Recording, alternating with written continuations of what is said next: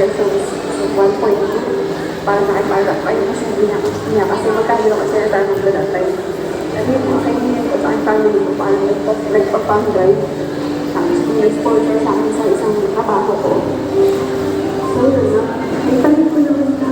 Kaya hindi ko na ko kayo kasi parang lahat ng mga makakabulong sa akin, parang lahat ng tubig-bulong.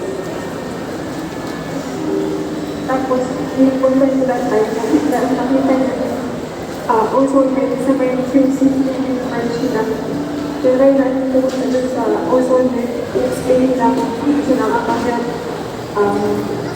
hindi mo mapatay yung answer. So, tinry ko na kahit kung pala kung mag-uwan sa akin. After 4 months, nagpa-ultrasound ulit ako.